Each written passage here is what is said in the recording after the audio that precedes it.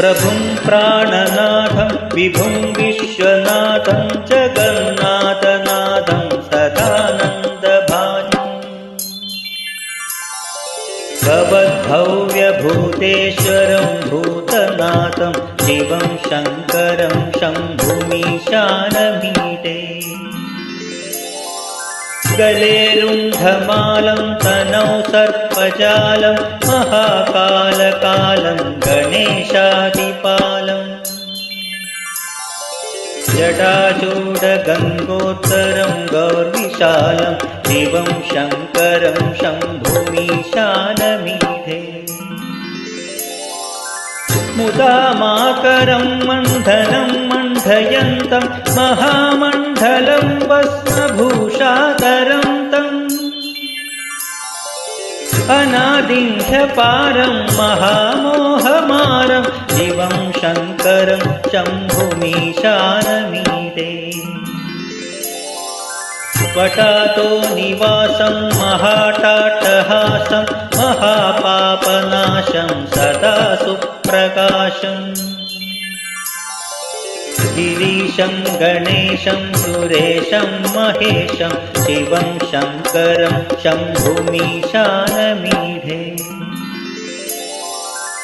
गिरीन्द्रात्मजा सङ्गृहीतार्धदेहं गिरौ संस्थितं सर्वदापन्नगेहम्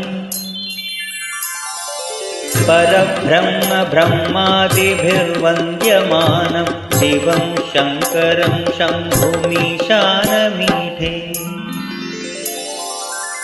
कपालं त्रिशूलं कराभ्याददानं पदाम्बोजनं रायकामं ददानं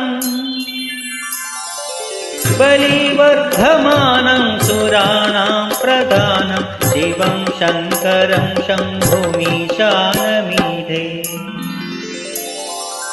शरच्चन्द्रगात्रं गणानन्दपात्रं त्रिनेत्रं पवित्रं गणेशस्य मित्रम्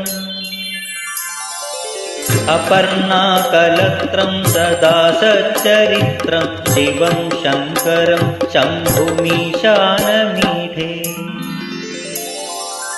हरं सर्पहारं चिताभूविहारं भवं वेदसारं सदा निर्विकारम्